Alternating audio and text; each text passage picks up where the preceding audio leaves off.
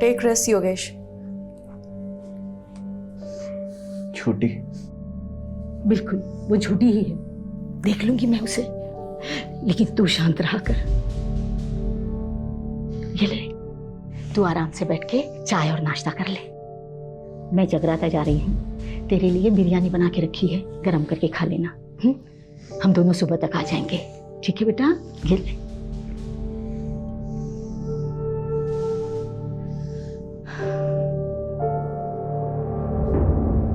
सब झूठ है, सब।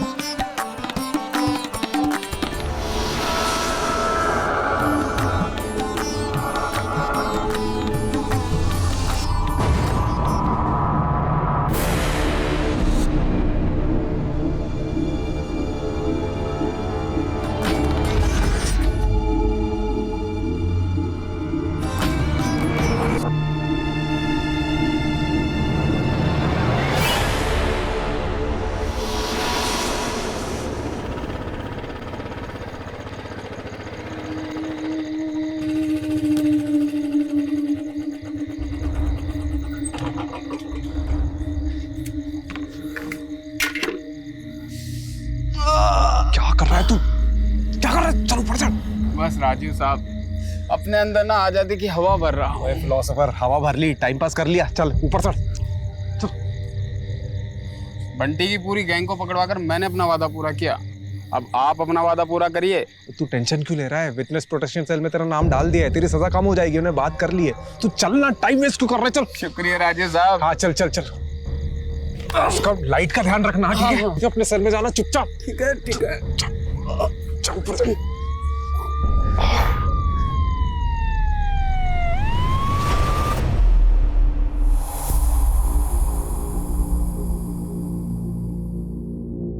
एक क्रिमिनल को पकड़ने के लिए दूसरे क्रिमिनल को जेल से भगा दिया। आई एग्री सर, राजीव ने जो किया वो गलत था, लेकिन आप उसका रिजल्ट भी तो देखिए सर। बंटी जो 2 साल से फरार था, हमारे हाथ नहीं आ रहा था, ओनली बिकॉज ऑफ राजीव वो आज हमारी कस्टडी में है। आप राजीव को बुलाइए। Sir. Sir relax. Thank you sir. Rajiv तुम्हें सस्पेंड नहीं कर रहे हैं, लेकिन अगले 1 महीने के लिए तुम कंट्रोल रूम में पोस्टेड रहोगे। बट सर, डिसीजन लिया जा चुका है, please don't argue. But sir मैं तुम आज ही कंट्रोल रूम ज्वाइन करोगे। सर मैं मानता हूँ कि मैंने कानून तोड़ा है, लेकिन आप ही बताइए, अगर एक एम्बुलेंस इमरजेंसी में सिग्नल तोड़ती है तो क्या आप एम्बुलेंस के ड्राइवर पर कानून तोड़ने का चार्ज लगाएंगे? हाँ, मेरा तरीका गलत हो सकता है, लेकिन मेरा इरादा बिल्कुल भी नहीं सर। जय हिंद सर।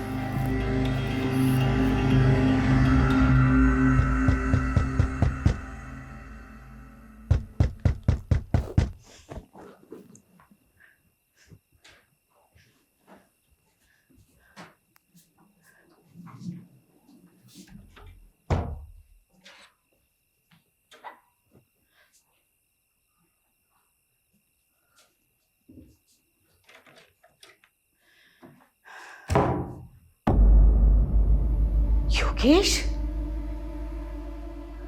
बेटा, तू?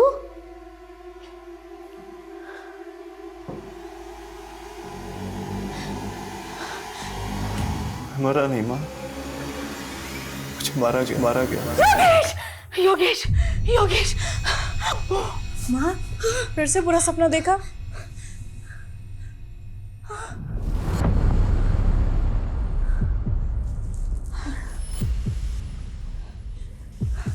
आप पानी पीजिए।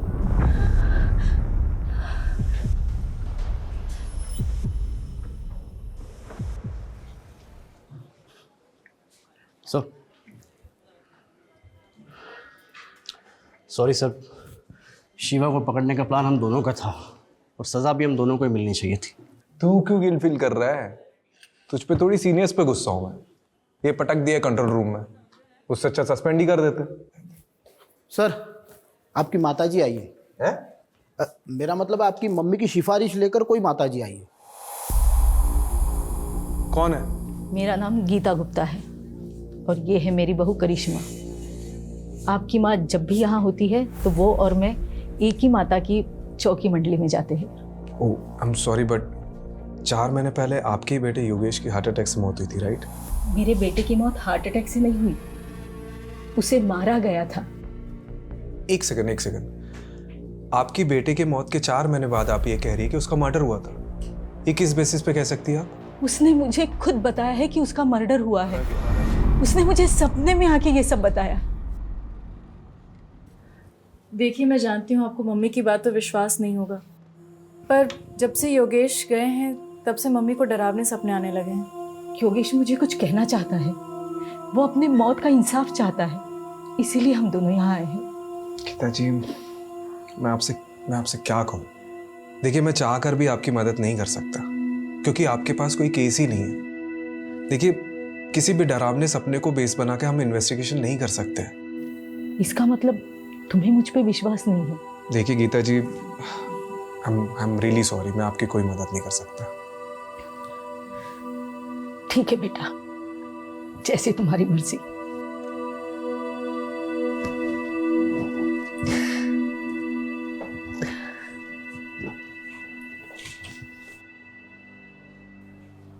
आंटी जी की कहानी काफी फिल्मी थी।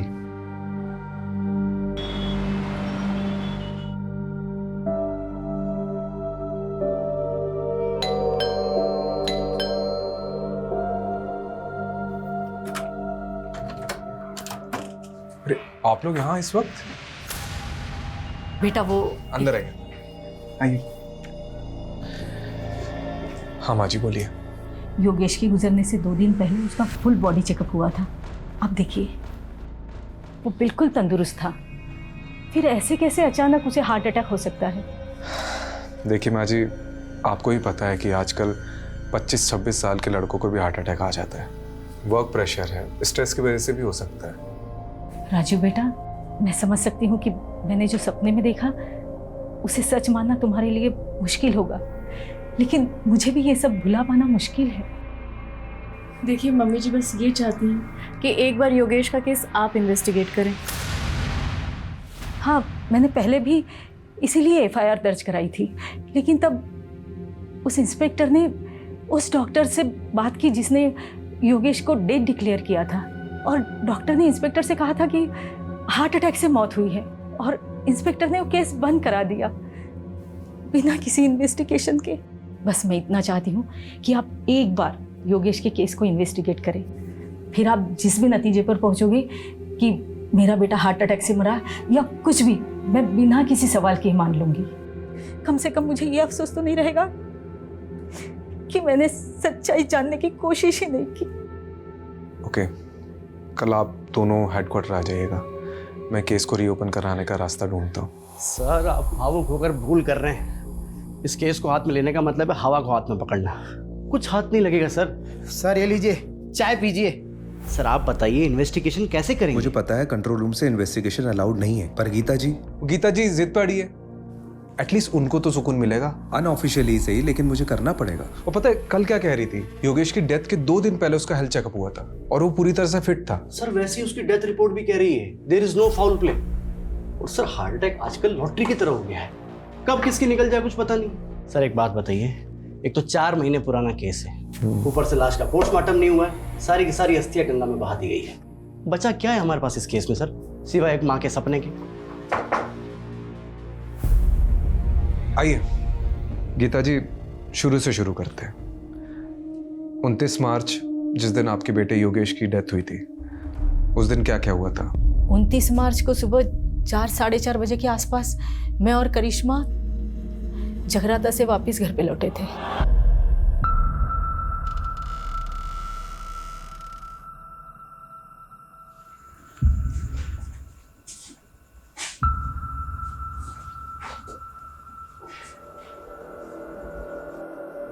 योगेश, योगेश, योगेश, योगेश, क्या हुआ बेटा? क्या हो गया? योगेश! बेजान पड़ा था मेरा बेटा। हमने फौरन डॉक्टर को बुलाया, डॉक्टर ने योगेश को डेड डिक्लेयर कर दिया। और अगले दिन जब योगेश की मेडिकल रिपोर्ट देखी तो सवाल ये उठा कि अचानक ऐसे कैसे योगेश की मौत हार्ट अटैक से हो सकती है। इसीलिए मैंने FIR दर्ज कराई थी। आपने जो पुरानी FIR दर्ज करी है उसकी डिटेल्स दीजिए, मैं वो फाइल मंगवाता हूँ।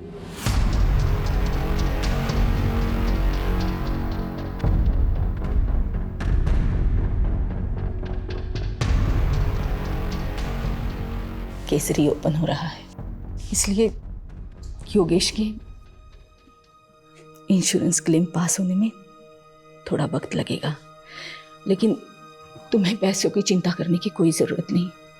मैं तुम्हें हर महीने। माँ प्लीज़, मुझे पैसे की ज़रूरत नहीं है, आप खाना खाइए।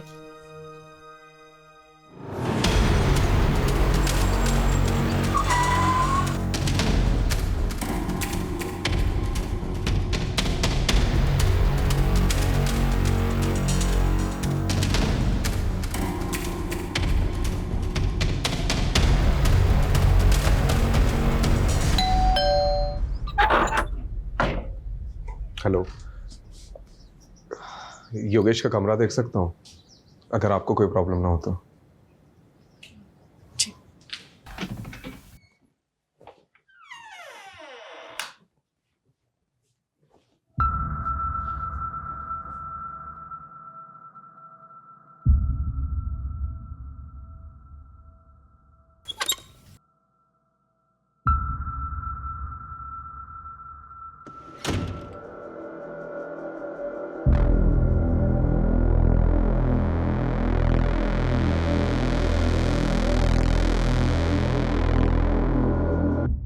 ये दोनों मेरे पोते हैं, युवराज और योहान, दून स्कूल में पढ़ते हैं।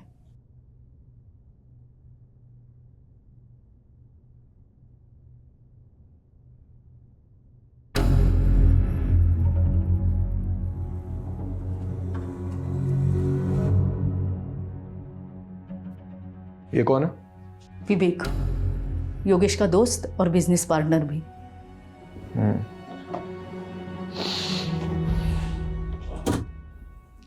ये लैपटॉप किसका है? योगेश का। करिश्मा जी, आपके पास योगेश की कोई फोटो होगी उस दिन की जिस दिन उसकी डेथ हुई? मेरे बेटे युहान ने अपने भाई के लिए लिया था। युवराज का बोर्ड एग्ज़ाम था, इसलिए वो अपने पापा को आखिरी बार देखने नहीं आ पाया था। योहान से कांटेक्ट करके वो फ़ोटो मुझे भेज दीजिए। और भी कोई वीडियोस या फ़ोटोज़ लिए गए होंगे विधि के समय तो वो भी भेज दीजिएगा। मैं ये लैपटॉप और हार्ड डिस्क लेके जाता हूँ, कुछ इन्फॉर्मेशन मिल सकती है।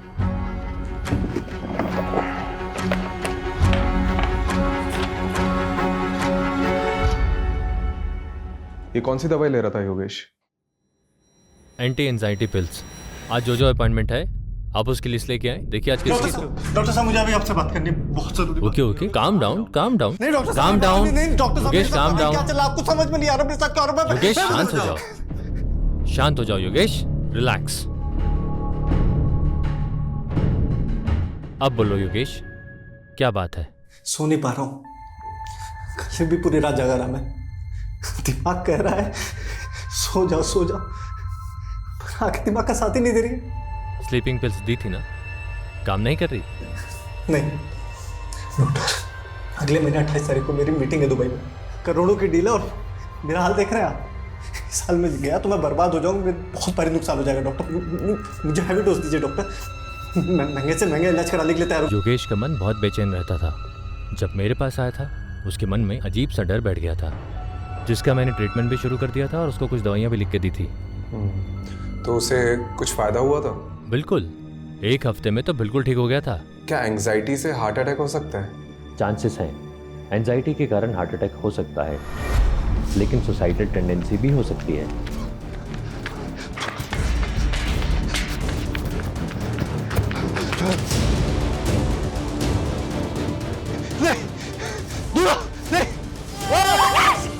योगेश! योगेश! माँ, फिर से बुरा सपना देखा?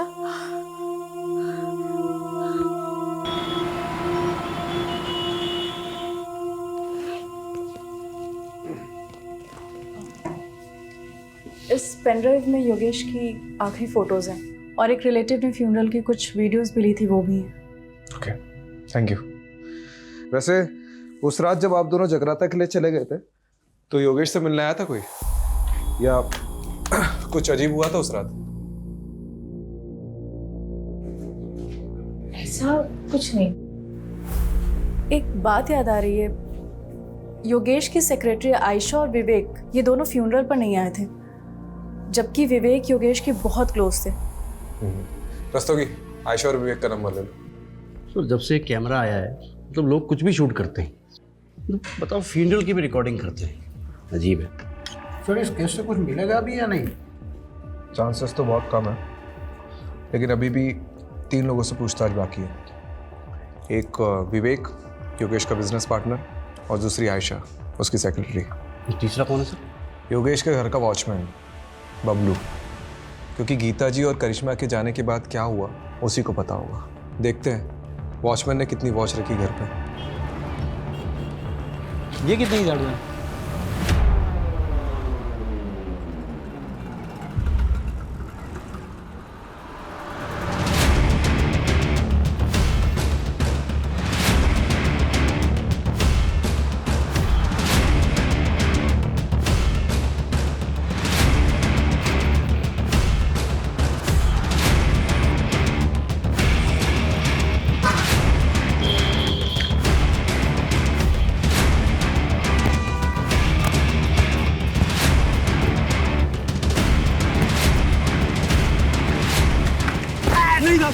मैंने कुछ नहीं किया था, मैंने कुछ नहीं किया, मुझे कुछ नहीं किया ना? नहीं था। वेरी गुड, हम भी ऐसे ही इंसान को ढूंढ रहे जिसने ना कुछ भी नहीं किया, बाद में ना सब कुछ बता।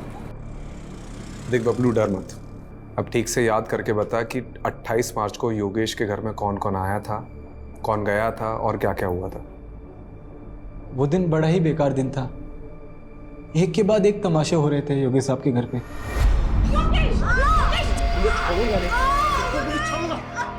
एक गीता जी आई, उन्होंने योगेश साहब को समझाया।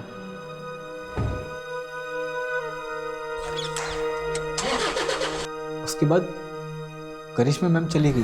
ये करिश्मा मैम घर से कितने बजे निकली थी? लगभग 5:30 बजा होगा साहब, क्योंकि मैं वही टाइम पे चाय पीता हूँ। और उसके बाद क्या हुआ था? फिर 7 साढ़े 7 बजे मैंने एक और झगड़े की आवाज़ सुनी। क्या है ये योगेश? तूने अपनी माँ को इतना बड़ा धोखा दिया, मेरे नकली साइन करके अपनी पुश्तैनी जमीन बिकवा दी। क्यों इतना ओवर रिएक्ट कर रही हो माँ? तुम क्या करती हो जमीन का?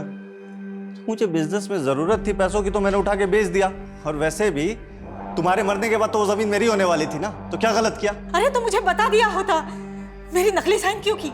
इसी मेलोड्रामा से बचने के लिए कि पापा की आखिरी निशानी है, पुश्तैनी जमीन है, ब्ला ब्ला ब्ला ब्ला। तेरे पापा का अरमान था उस जमीन को लेके। पापा नहीं रहे अब सारे फैसले मुझे करने हैं, अब आपको संभालना भी मुझे है माँ।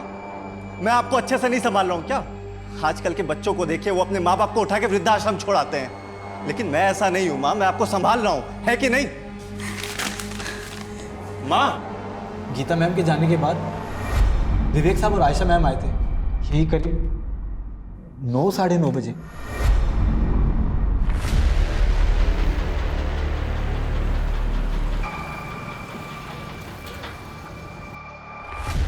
विवेक सर और आयशा मैडम जी जब आए तब घर के अंदर जाने से पहले दोनों काफी देर तक कार में कुछ बातें कर रहे थे।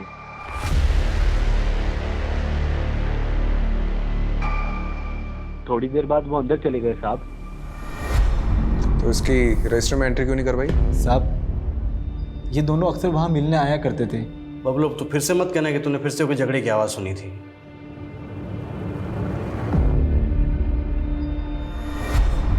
योगेश बहुत हो गया तेरा, मान ले मेरा प्रपोजल, मैं तंग आ गया हूँ तेरी जिद से। तंग तो मैं आ गया हूँ, हर बार तेरी वजह से मुझे घाटा हुआ है। अबे गधा है तू, एक नंबर का गधा।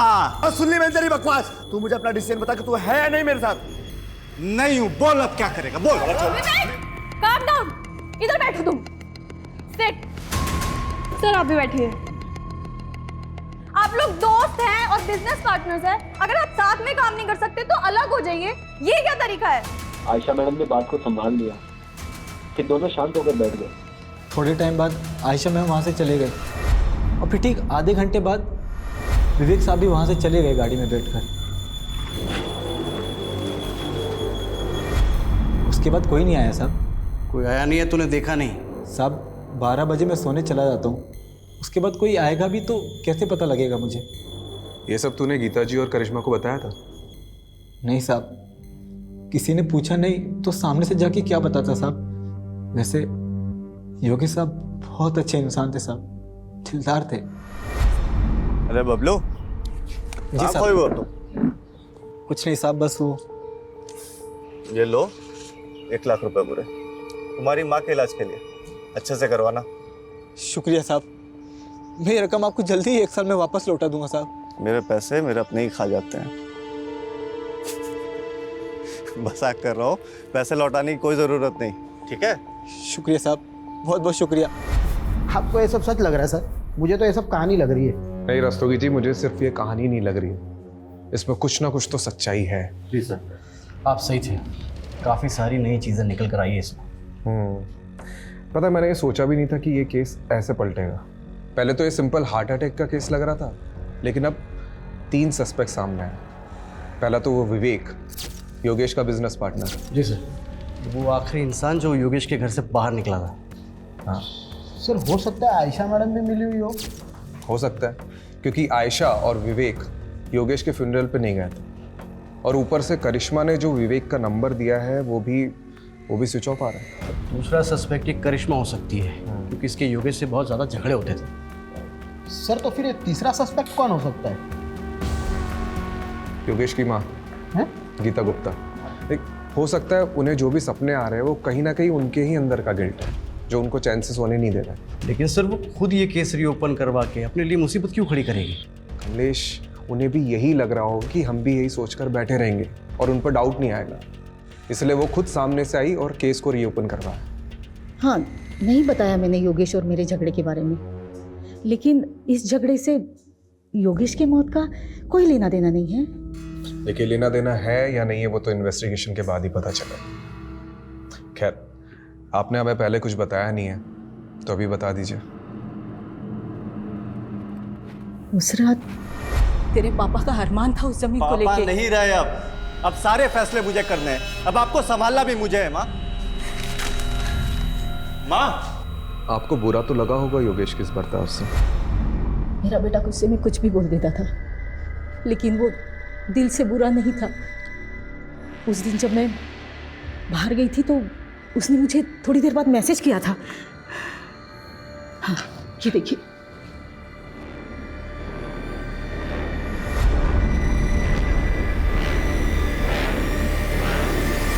जी सर, हमारा झगड़ा हुआ था। एक्चुअली योगेश थोड़ा इम्पल्सिव था, बात बात पर गुस्सा हो जाता था। तो आप इस रिश्ते में सिर्फ अपने बच्चों की वजह से थी? सर, माना कि उनमें कमियां थी, वो कुछ भी बोल देते थे, पर वो दिल के बुरे नहीं थे सर। तो उस रात आपको भी सॉरी मैसेज आया होगा? जी कुछ नहीं, आगे क्या हुआ? सर, उसके बाद मैं पार्लर गई और 8 बजे के आसपास मैं मम्मी जी से जगराते में मिली। हाँ, जगराता में करिश्मा पूरा वक्त मेरे साथ में ही थी। मुझे समझ नहीं आ रहा, मुझे यहाँ क्यों बिठा के रखा है? आयशा जी, राजीव सर के पास टाइम कम है और डंडे ज़्यादा। ये देख रही हैं हम श्वेता जी को, इनको डंडा देकर आपके पीछे लगा देंगे। देखिए, आपके बॉस योगेश का पार्टनर विवेक फरार है, अब उसको तो हम पकड़ लेंगे। आप बस सिर्फ इतना बता दीजिए कि 28 मार्च को जब आप योगेश के घर पर गई थी तो योगेश और विवेक के बीच में झगड़ा हो रहा था, वो किस बात को लेकर हो रहा था? कमलेश। जी सर। कुछ बोला इसने? हाँ सर, बोलने वाली है ना।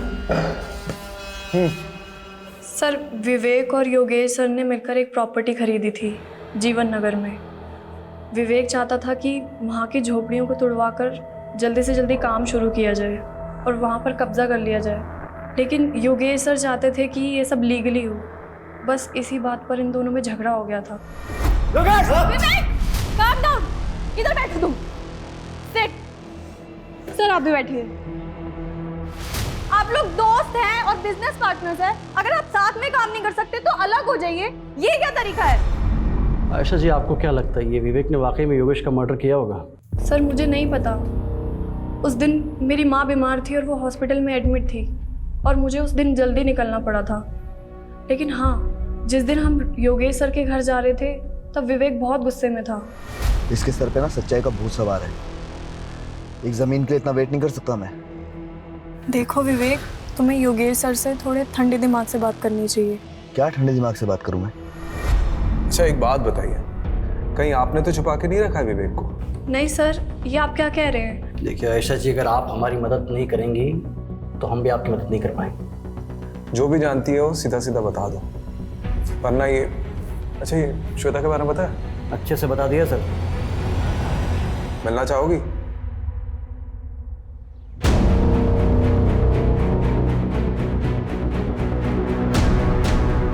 सर आयशा ने जो लोकेशन बताई थी उस पर हम नजर रखे हुए हैं।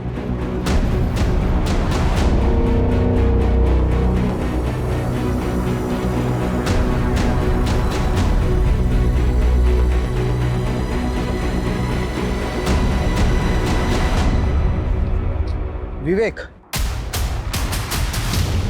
विवेक मार खा के बोलेगा कि बोलने के बाद मार खाएगा? चॉइस तेरी है। देख, हमें सब पता है कि योगेश की मौत में तेरा ही हाथ है। बहुत नफरत करता था ना उससे।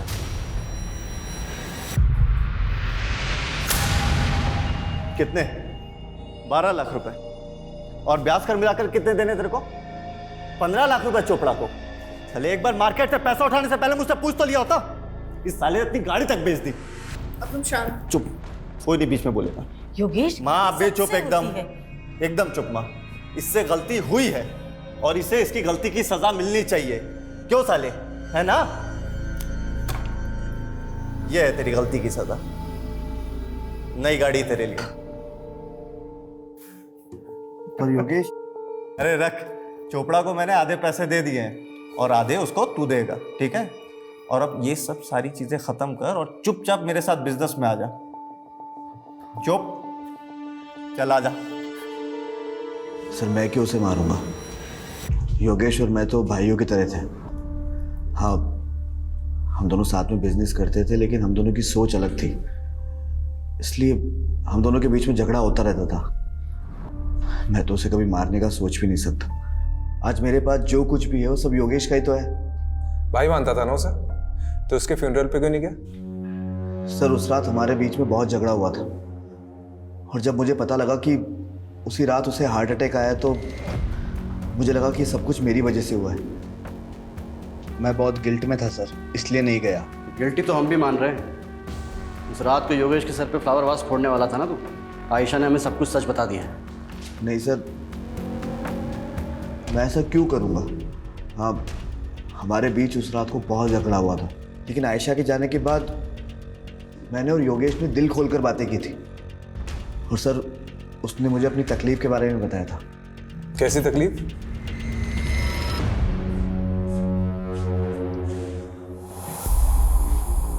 सब गलत हो रहा है यार, खुद पर काबू ही नहीं रहता। रोज झगड़ा होता है करिश्मा से। आज भी मैंने उसको बहुत भला बुरा बोला, बहुत झगड़े हुए, लड़ाई हुई, माँ को भी नहीं छोड़ा यार। अपनी इन्हीं हरकतों की वजह से मैंने बच्चों को यहाँ से दूर किया। लेकिन यार तू तो बता रहा था कि डॉक्टर अग्रवाल की दवाइयाँ तेरे पर काफ़ी असर कर रही है। जिस दिन लेता हूँ तब तक असर करती है, और जिस दिन नहीं लिया तो तू टेंशन मत ले। मैं ना एक साइकेट्रिस्ट को जानता हूँ, मैं बात करता हूँ ना तेरे लिए। तू रिलैक्स कर, मुझे पता है तुझे बेस्ट रिलैक्स कराने का तरीका। एक मिनट रुक।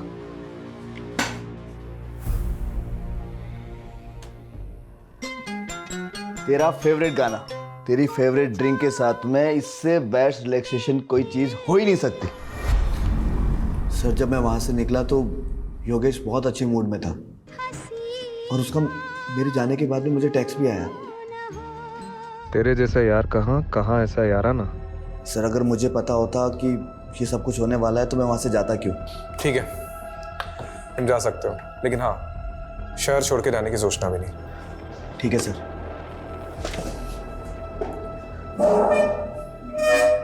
सर वो मुझे आपको कुछ बताना है। सर योगेश की मम्मी गीता आंटी, एक्चुअली एक ज़माने के अंदर मेरे पापा और योगेश के पापा बहुत अच्छे दोस्त थे, लेकिन जब उनकी शादी गीता आंटी से हुई तो उनका बिहेवियर बिल्कुल चेंज हो गया। और फिर जब कॉलेज में मेरी और योगेश की मुलाकात हुई तो हम दोनों भी बहुत अच्छे दोस्त बन गए और सब कुछ नॉर्मल हो गया। लेकिन सर गीता आंटी ना काफ़ी कंट्रोलिंग फ्रीडी लेडी है। पति हो या फिर बेटा, वो दोनों को कंट्रोल करके रखती थी। उनको उसी में खुशी मिलती थी, तो शायद सर कुछ। ठीक है, तुम जाओ।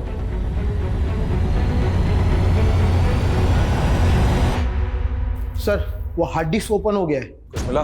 सर अभी तो देखना शुरू किया है, बहुत सारे वीडियो है। हेलो, हाँ ठीक। सर कोई बाबा का एड्रेस मिला है जिससे योगेश कोई शक्तिवर्धक दवाई लेता था। शक्तिवर्धक दवा? और ये बाबा कौन है? ये बालक योगेश हमारी औषधियां ग्रहण करता था साहब। कैसी औषधि? बहुत दुर्लभ औषधि हैं और बहुत कीमती भी। ऐसी क्या खास बात है इस औषधि में? ये औषधि मानव को महामानव बनाती है साहब। खाते ही व्यक्ति के शरीर में ऊर्जा का संचार होने लगता है। ऐसे मान लो कि जैसे 10-10 हाथियों की शक्ति उसके अंदर आ गई हो। बहुत अद्भुत औषधि है साहब, बहुत अद्भुत। अरे यार कितनी वीडियो है रे बाबा। योगेश के लैपटॉप से कुछ मिला?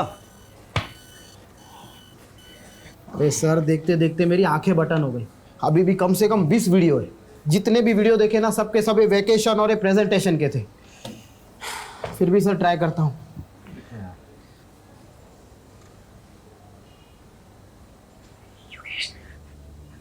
दूर रहो मुझसे, योगेश दूर रहो मुझसे। योगेश मुझे प्लीज, योगेश दूर रहो मुझसे। सर एक मिनट, ये सुनिए।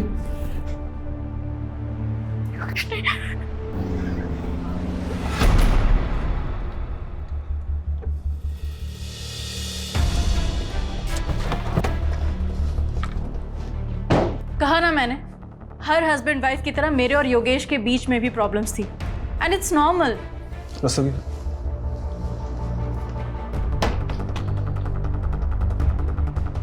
दूर रहो मुझसे, योगेश दूर रहो मुझसे।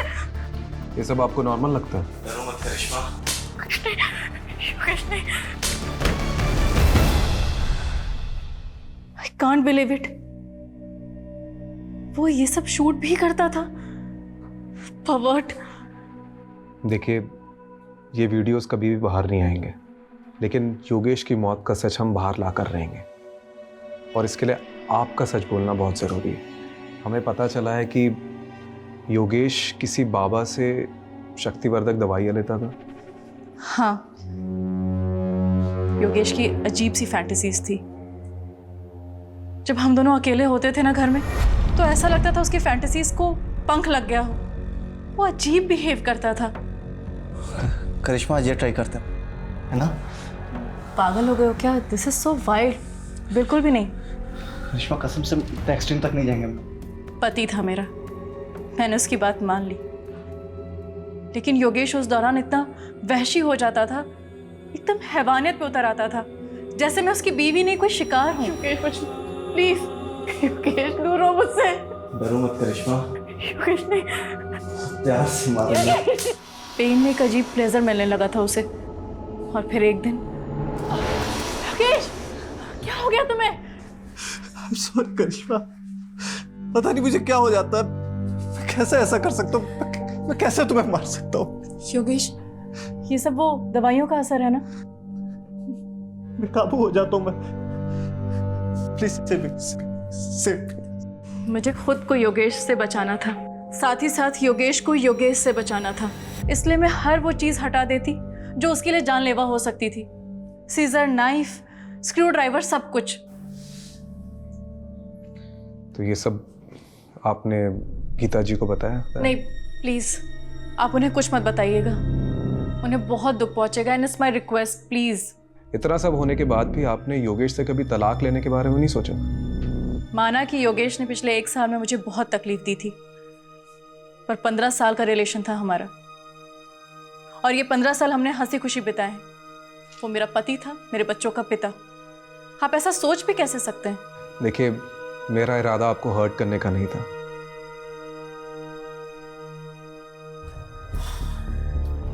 मुझे ये योगेश का कैरेक्टर समझ में नहीं आ रहा।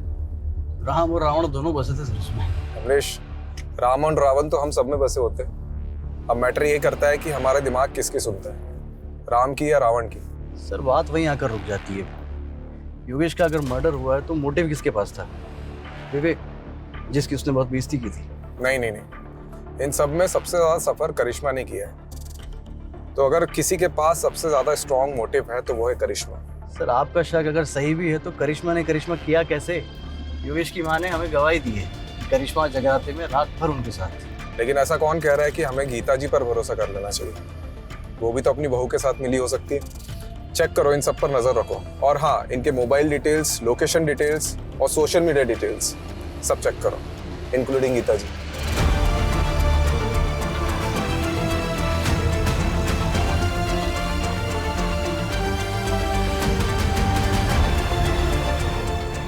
एटर्नल लव 50-50 क्या नाम है? अरे सर सारे सस्पेक्ट की सभी सोशल मीडिया अकाउंट पे स्कैनिंग की, उसमें से एक ऑनलाइन स्टॉकर हाथ लगा है। एटर्नल लव 50-50 पिछले कई साल से एक करिश्मा को सोशल मीडिया पे स्टॉक कर रहा है। 2 साल पहले भी इसने करिश्मा को कुछ मैसेजेस किए थे। सर, जब ये करिश्मा कॉलेज में थी ना तो मिस दिल्ली रह चुकी थी। तू क्या इतने सालों बाद ये फिर से आ गया? कुछ भी? अरे सर, ऐसा ही है। ये स्टॉकर ने कितनी बार करिश्मा को प्रपोज भी किया था, पर कुछ टाइम बाद करिश्मा के डांटने पर इसने मैसेजेस करना बंद कर दिया। इसका प्रोफाइल तो देखो, है कौन ये? लगता है ये HNF जिम का मेंबर है। रस्तोगी, ये जिम के मेंबर्स की लिस्ट निकालो। कितने लोग हैं? 5000 के आसपास लोग हैं। मेरे गांव से भी ज्यादा लोग तो तुम्हारी जिम में हैं।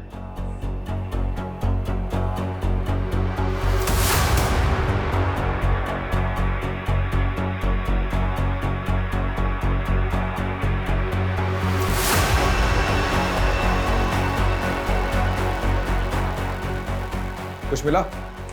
सर, पूरा का पूरा कच्चा चिट्ठा मिला है। ये देखिए, हमने ये जिम मेंबर्स की लिस्ट देखी थी और इसमें जो ये नंबर्स दिए गए इन सब के लोकेशन को हमने मैच किया। उनमें से सर ये एक नंबर मर्डर वाली रात उसी एरिया में एक्टिव था। रात को 1 बजे इस नंबर पर पहले कॉल आया और उसके बाद एक मैसेज। ये नंबर एटर्नल लव का है? सर, इस नंबर की हमने और डिटेल्स निकाली तो इसकी ब्राउजिंग हिस्ट्री से पता चला कि ऑनलाइन इसमें कोई बारे में सर्च किया गया था। हो सकता है इसका इस्तेमाल योगेश के हार्ट को जमाने के लिए किया गया हो, ताकि नेचुरल डेथ की आड़ में मर्डर को छुपाया जा सके। ये नंबर किसके नाम पर रजिस्टर्ड है? हाँ, मैं आ रही हूँ, लेकिन आप बताएंगे बात क्या है? अरे बैठ। देखिए, आप ये ठीक नहीं कर रहे हैं। आप मुझे ऐसे जबरदस्ती नहीं रख सकते। ओह, तू कुछ नहीं बोलेगा ना तब भी तू फंस चुका है। एटर्नल लव, क्योंकि तेरे साथी ने सब कबूल कर लिया है। मुझसे गद्दारी? गद्दारी नहीं, समझदारी की उसने। अब तू डिसाइड कर तुझे क्या करना है।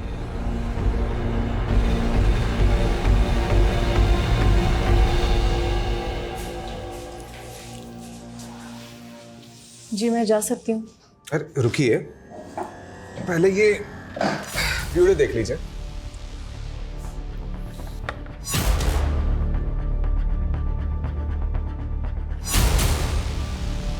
करिश्मा जी, आपके एटर्नल लव ने अपना जुर्म कन्फेस कर लिया है और वो केमिस्ट जिससे आपने खरीदा था उसका भी पता हमने लगा लिया है। मेडिकल से खरीदा था ना, ढूंढते ढूंढते पैर दर्द करने लग गए मेरे। करिश्मा जी, अब तो कन्फेस कर लीजिए, थोड़ी सजा कम हो जाएगी। सब कुछ ठीक होता, लेकिन माँ को सपने आने लगे। सपने में योगेश देखने लगा। उन्होंने पुलिस स्टेशन आने का मन बना लिया, इसलिए मजबूरन मुझे भी उनके साथ आना पड़ा ताकि उन्हें मुझ पर कोई शक ना हो। करिश्मा, अगर तुमने सब कन्फेस नहीं किया होता ना तो हम लोग बच जाते। कोई सबूत नहीं थे इन लोगों के पास। आकाश, तुमने पहले कन्फेस किया, इसलिए मेरे पास कोई रास्ता नहीं बचा।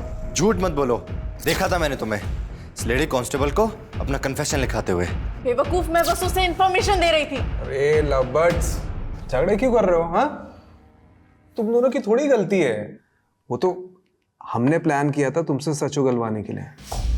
करिश्मा जी ने एक दूसरा नंबर भी ले रखा था जिसके बारे में हमें नहीं बताया, और उस नंबर की लोकेशन रात को 1 बजे योगेश के घर की थी। उस नंबर से हमें और भी इंफॉर्मेशन मिली है, लेकिन ये भी जरूरी था कि तुम दोनों अपने मुंह से उगलो।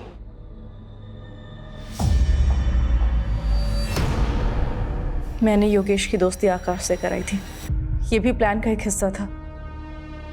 उस रात हमारे जाने के बाद आकाश घर पर आया था। आकाश, तू? योगेश, अरे वो दरवाजा खुला देखा तो मैं अंदर आ गया। ये देख स्कॉच लाया हूँ, महफिल जमाते हैं। जा किचन से गिलास लेके चलो लाया।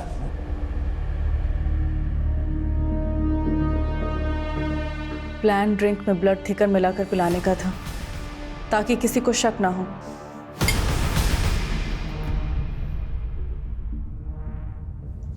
लेकिन योगेश को शक हो गया। तुमने इसमें कुछ मिलाया है क्या? नहीं तो सब ठीक तो है। तुम लोग कौन हो बे? बबलू! मैं जगराता में थी, लेकिन बेसब्री से आकाश के कॉल का इंतजार कर रही थी। जब काफ़ी देर तक कॉल नहीं आया तो मुझे टेंशन होने लगी और मैंने मम्मी से वॉशरूम का बहाना मारा और पीछे के रास्ते से घर लौटी। मम्मी, मैं वॉशरूम से आती हूँ। जब मैं घर पहुंची तो देखा कि योगेश अकेला सब पे भारी पड़ रहा था। योगेश! करिश्मा, अच्छा हो तुम आ गए। पुलिस को फोन करो। ये आकाश मुझे मारने के लिए आए। योगेश! तुम्हें कुछ नहीं हुआ है, शांत हो जाओ। मैं आ गई हूँ ना, मैं आ गई हूँ ना। ये लोग मुझे मार देंगे। तुमने दवाई नहीं खाई है ना, इस वजह से हो रहा है। कुछ नहीं हुआ है तुम्हें, तुम आराम करो। कोई तुम्हारा दुश्मन नहीं है योगेश, आराम करो। मैं आ गई हूँ ना, सो जाओ, तुम सो जाओ। रिलैक्स रिलैक्स, तुम सो। तुम्हें आराम की जरूरत है ना? कुछ नहीं। सारा कमरा साफ कर देना, कोई सबूत नहीं रहना चाहिए और ऐसा लगना चाहिए दिल के दौरे से मरा है। मैं जगराते में जा रही हूँ और सुनो, काम होने पर ना मुझे मैसेज करना। ठीक है? बाय। ठीक, चलो देखो।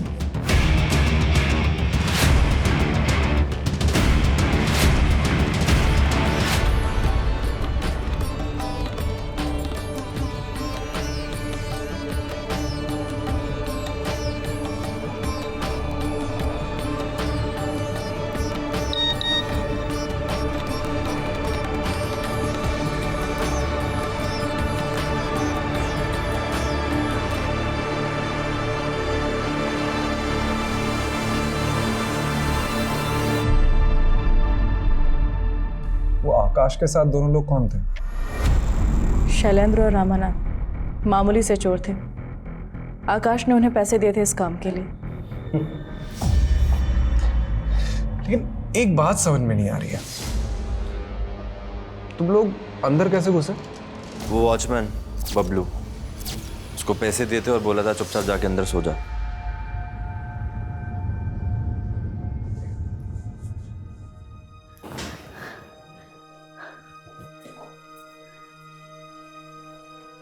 करिश्मा, तुझे अगर इतनी तकलीफ ही थी तो छोड़ देती मेरे बेटे को।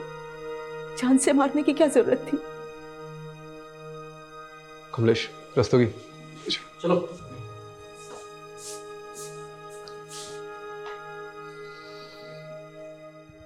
सर, योगेश के मर्डर में जो पिलो यूज हुआ था वो हमें योगेश के घर के बैकयार्ड की कचरे के ढेर से मिला है। और सर लकीली जो उस पर सलाइवा में मिली थी उसकी डीएनए टेस्ट रिपोर्ट आ गई है। योगेश के डीएनए से मैच होती है सर।